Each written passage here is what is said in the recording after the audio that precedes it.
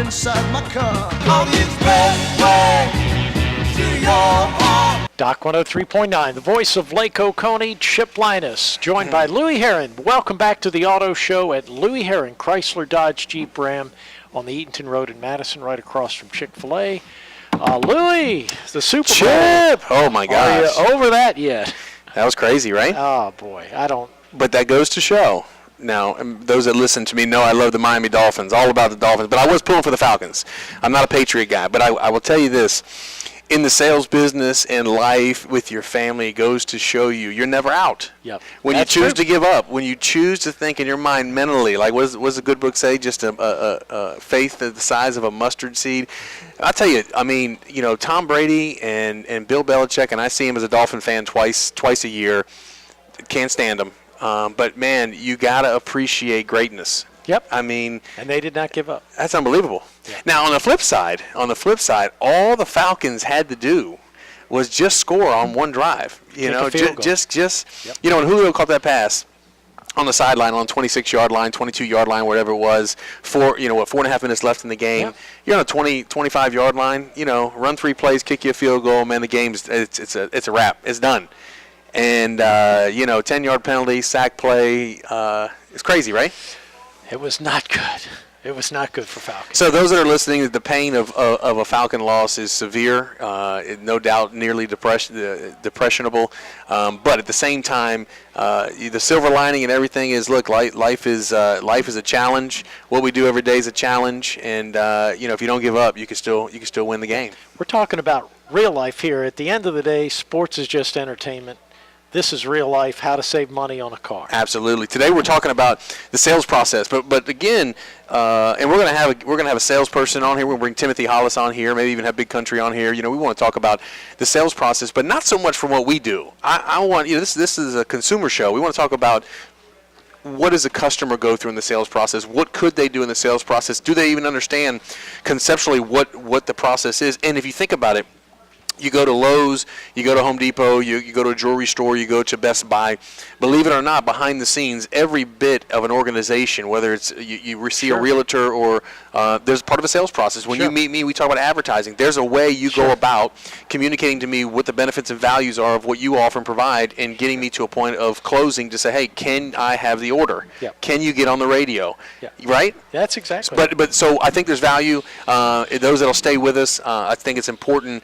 Even if you're not in the market for a car now, you will be. And the cool thing about it is you always have the opportunity to hear and listen. Look, a dealer, an owner of a car dealership, 23 years experience, I know the good ways, the bad ways. I've seen them. I've been involved in them in my youth growing up in the car business. And, again, part of this whole show is changing the way people see the car industry and what we can do differently. Again, to be the change, it starts with us, right? And then as consumers have experiences with dealerships that do things properly, do it effectively, efficiently, and ultimately getting to a point where a consumer buys a product from you and they love the experience. Right.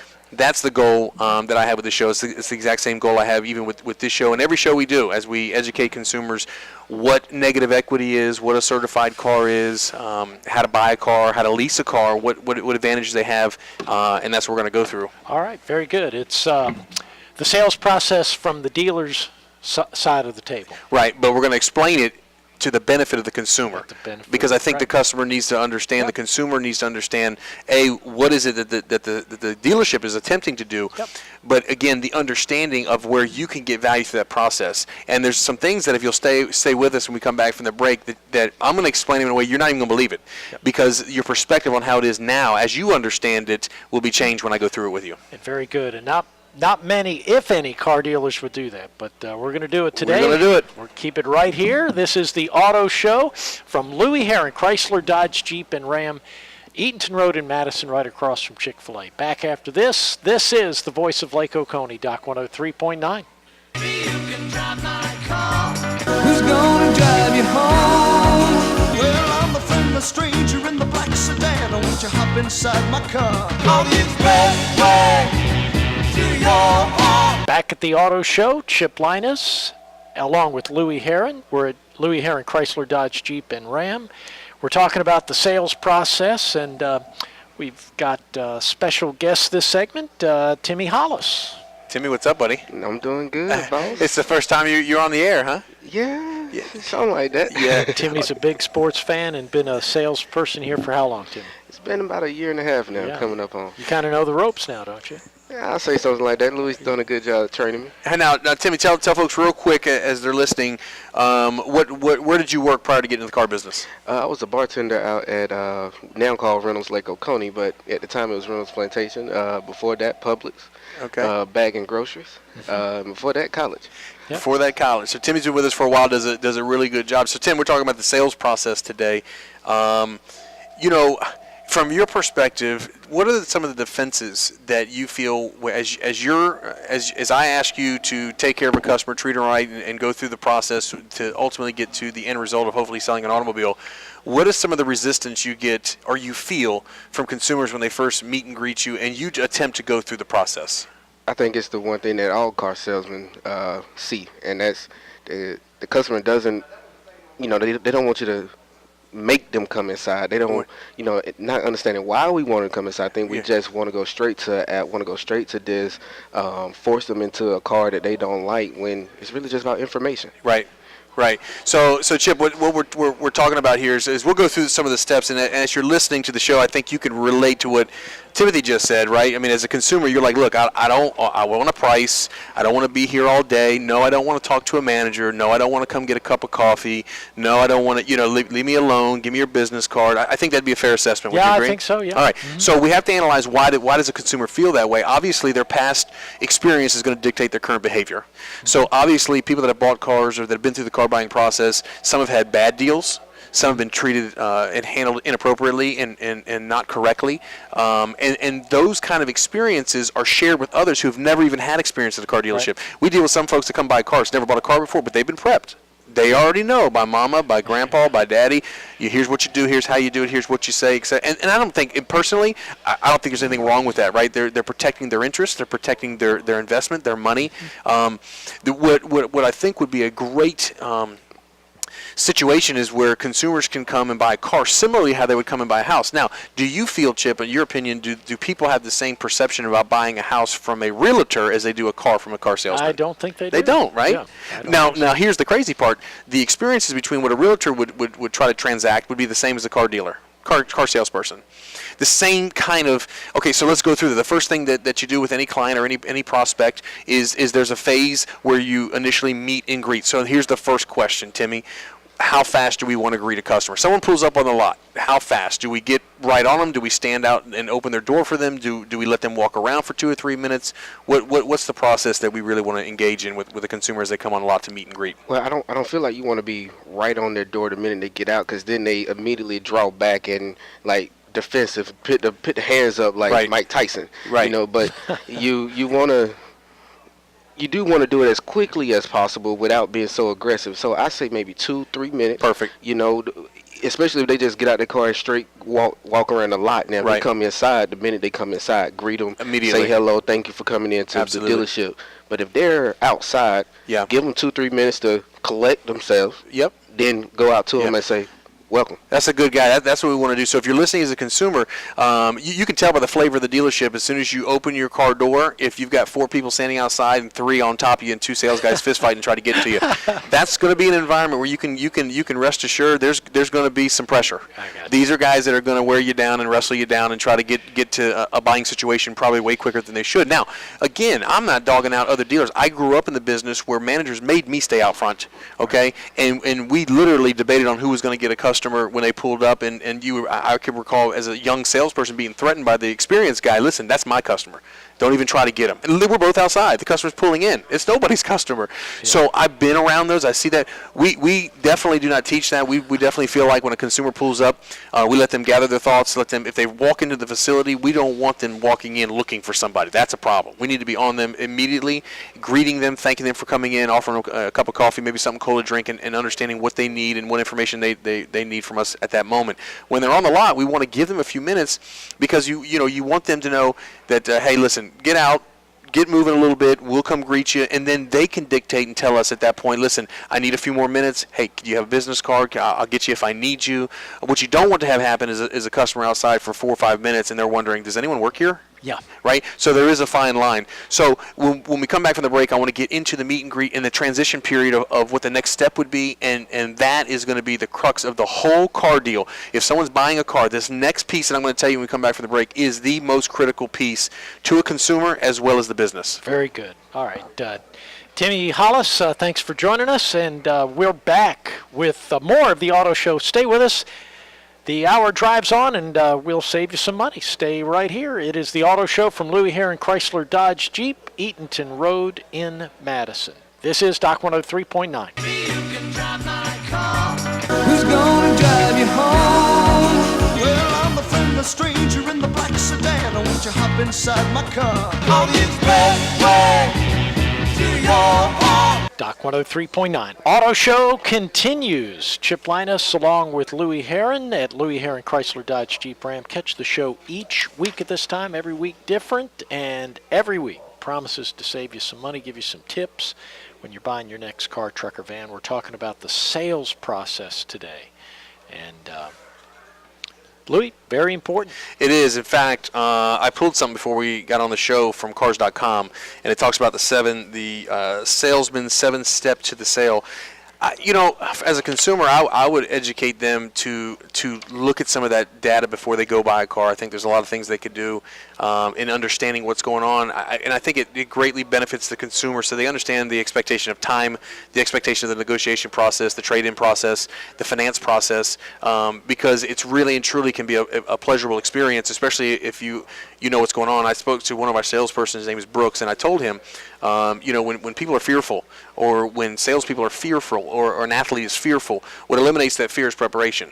The more prepared you are to go into a situation, you're not going to be as intimidated, nervous, or worried. When I go speak to a high school, and I know I'm dealing with 16, 17, 18-year-old kids, and I understand their perspective depending on demographically what school I'm going to, I understand what topic I may want to talk. I get research and information about the school, about the history, about how all the details of what from the principal, what's going on in the school, what's the big push for the school, what are the fears, what are the issues that you guys have dealt with over the last couple of years. I'm getting myself prepared, so when I go into the school, I know exactly what points to hit on, and then I also take the time to even interview a few kids prior to, just in basic conversation. They don't know what I'm doing, but I'm simply gathering information so I can have an opportunity to have some rapport with those individuals as I'm speaking, to connect with them. Now, going to the next step, we're talking about connecting with the customer. We're talking about having that rapport. We meet and greet. We understand we don't do it right away.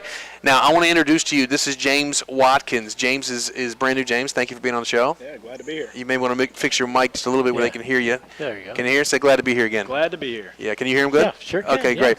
Okay, so James has been with me now. How long, James? Going on my second week. Okay, so we just sent him to Atlanta for Metro Atlanta Auto Dealers Association training school. I have barely even spoke to him about his experience, but I want him. I'm taking the chance now. He's just been trained from someone, and I'll continue that training as we go forward at the dealership. I don't know what's fully going to come out of his mouth, but I want to know, from a brand new guy's perspective, you just went to this training school. How much was the training school driven towards consumer advocacy? Every bit of it is driven towards that. It comes with the realization that without our customers, we're not anything whatsoever. So every process that we are trained on is absolutely 100% customer driven. Beautiful. So now we're talking about the meet and greet, and the next step of the process, Chip, would be the needs assessment. This is where you gather the information of what the customer's wants and needs are. Again, if you're a realtor, you don't go show 18 houses without understanding they want the pool, the ranch, the 3-bedroom, 3-bath. You don't just get in your car and burn the gas. I tell the sales guys, you don't want to go outside and just burn your feet up and waste the customer's time and walk through the inventory. Now, some consumers may feel more comfortable doing that, and that's fine. I think it makes the process longer. If we could come inside and kind of get an idea of what they're trying to do, why they're there, what brought them into the market, what are the needs, what are they currently driving, what do they dislike about their driving, what do they like about their driving, what are the equipment and accessories they want on the next car, any kind of budget constraints or budget worries they may have, they could voice those at that time to make sure that we maximize the consumer's time. So tell us what they taught you about the second step, after you meet and greet and you transition into the dealership, what is the goal there, and how does that benefit the consumer? Well, the ultimate overall goal is to build a relationship with the person that you're speaking with, number one, and also making sure that you're getting every single detail that they absolutely need. If they're coming in for a vehicle, it's because they need the vehicle. Right. So you want to assess exactly what it is they need. I don't want somebody coming in here saying, "Hey, I'm an avid hunter. I need a pickup truck so I can put a deer in it." The last thing I want to do is go pull up a 200. Dodge Charger or a Chrysler 200. Right, So right. that is the absolute last thing I want to do, because then that leaves room for a little bit of an awkward exchange. Sure. As far as, am I incompetent or was I not listening? Correct. So very, very important to actually sit down, have that conversation, build that rapport with them, build that relationship with them. Right. Because the ultimate overall goal is for us to build a relationship. That's right. That it extends a little bit beyond this. They trained you well, my friend. I love that. And again, those that are listening, honest and truly, James has been in the car business 2 weeks. He has no history of car sales, and if you couldn't concur with what he just said and sincerely understand that that's his belief, and that's our convictions at the dealership. Now, Chip, I'm going to throw it to you for a moment.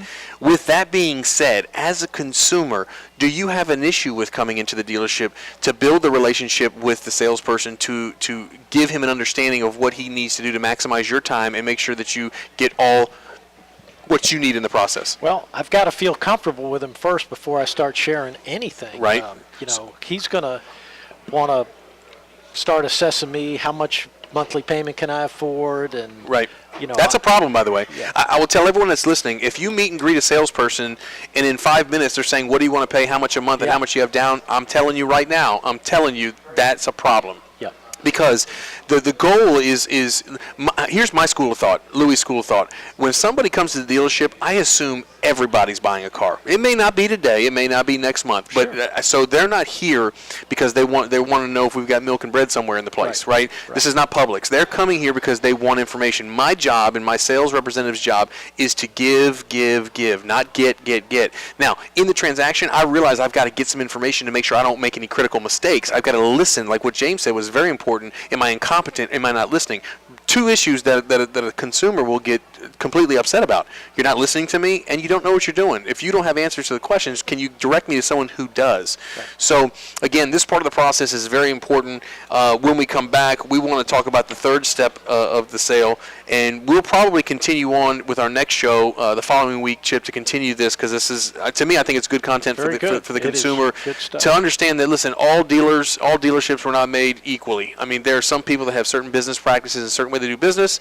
It doesn't make them right or wrong, good or bad, and there are others that do it differently.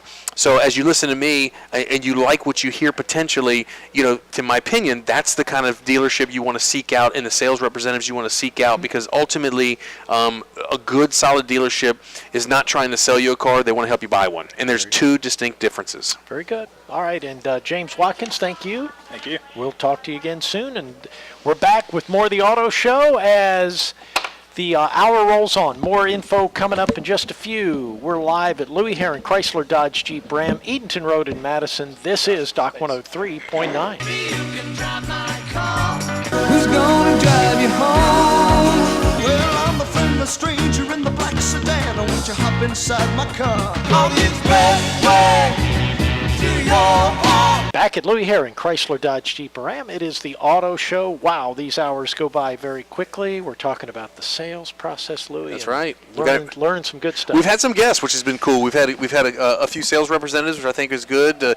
Lance is with us. Lance, we had James on here, man. Brand new sales guy. Oh, yeah. He just came back from class, so he was talking about, we were talking about the needs assessment and the value of that. Did a great job, though, so they taught him well. It's always good energy after the class. Exactly. He's flying high. We got Lance Spence with us. Yeah, Lance is he's one of the managers of the dealership, so he's been, how many years you been doing this, Lance? 22. 22 Wow. years. Okay. So we're talking about the sales process. Those that are listening, if you don't know, I'm actually grabbing, team members, and they're like, "Wait, what am I doing?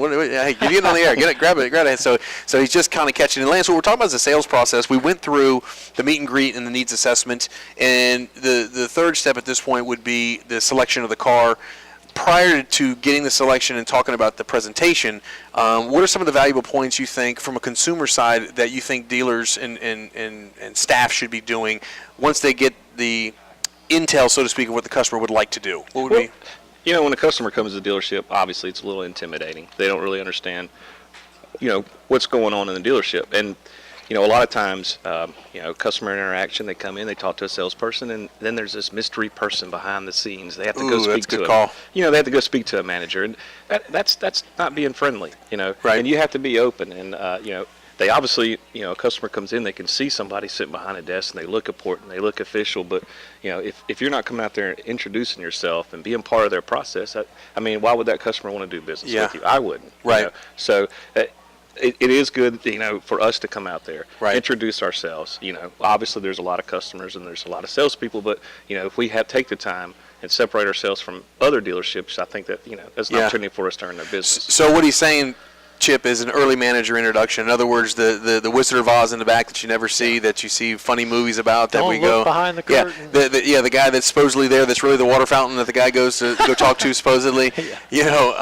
What Lance is saying, and I think is so true and valuable. And I'll tell you, and Lance will probably agree, it's a challenge. We want the dealership managers to get involved in the deal and let them know, hey, my name is Lance, my name is Louie. You're working with James, great guy, by the way. Before you leave, we'd love to give you figures, take home with you. I'm the guy that handles all that, so you know who I am.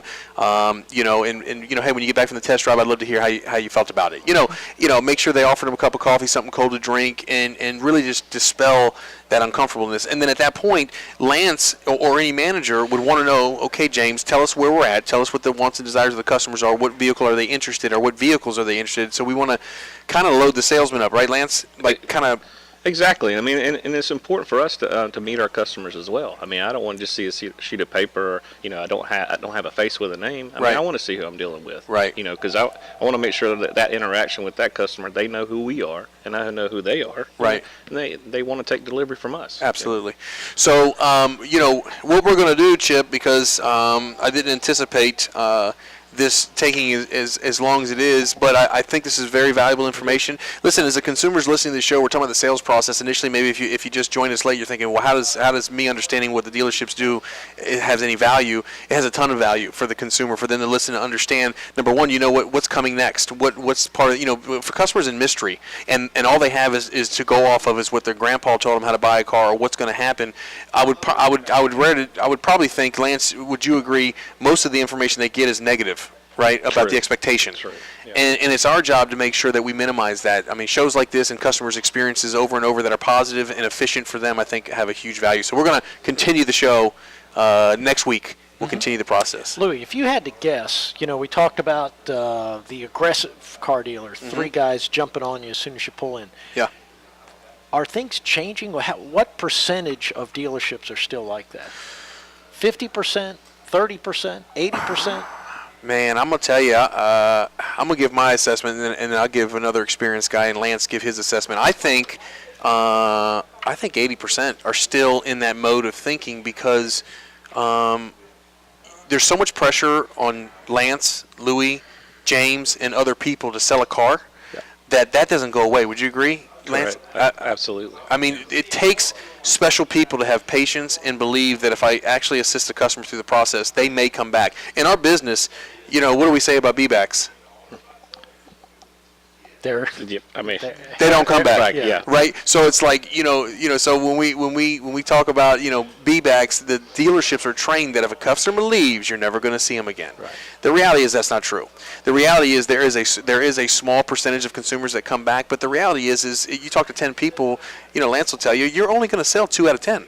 Okay. That's what it's going to be. Yep. Now of the 8 that leave, yes, you will be able to get 3 or 4 of those eventually, maybe to return to the dealership or return to a dealership, and of those you'll have 50% of those buy. Right. So you have out of 10 customers probably 5 potential prospects that will do business at some point, and it's up to the dealership to handle them properly to make sure they want to return to your facility. So you've got to, bottom line, you've got to think long term as a dealer, and that's hard to do when you've got to make a sale. It's what James said initially, and what he alluded to is that needs assessment is about building a relationship. If you truly build a relationship with the customer, and the customer is open-minded to build a relationship with you, it's a home run. Yep. If the customer's in defense mode, it's hard. If the salesperson gives up quickly and says the customer doesn't want to, they don't want to build a relationship. They want a price. They're not. I got Then that's going to diminish greatly the opportunity to continue to get that customer through follow-up to come back in and do business with you. Of course, if a guy's driving up, you don't know. He might have been to 4 other dealers before he ever got here. Absolutely. This may be the fifth stop. Absolutely. Yep. All right. How about your book, Louis? Let's talk. What you want to know that. about it? What you want to know about it? Sales? Driven by A million Fire. copies sold so far. So I Is it wish. on the New York Times I bestseller wish. list? I wish. No, we've got some pretty good sales off. It's on Amazon. And again, anybody looking to be inspired, motivated, anybody dealing with challenges or marital, career, financial, entrepreneurial, college kids, grades, things that are not going your way, and you want to know how to push through that. There's some good content in there, I believe, that'll help you get some golden nuggets out of that. Again, you go to Amazon or you can go to the website drivenbyfire.com. If you know somebody that you think that seems to be always down in the dumps, always seems to catch a bad break, always seems to be negative Nelly, get in the book. I think it'll give them a different perspective and get them kind of going on the right track. Yeah, it's not just a car dealer book. It's by a car dealer, but it's about life. And I do think it's a sales-oriented book. I will tell you that. It's an inspirational, motivational kind of gig. So if you read those kind of books, I think you'll get some value out of it. If you don't, again, it's not strictly about the car business, but it definitely will educate folks about persistence and consistency and selling yourself and, on things that are important to you, whether it's your family or your career or anything else you're going through. All right, very good. It's the sales process. We're back with more on that next week. Lance Spence, thank you for joining us. Thank you, our listeners, for joining us each week. We're at the same time every week right here on the dock, back with more next week. This has been the Auto Show from Louis Herron, Chrysler Dodge Jeep Ram, Chip Linus on Dock 103.9.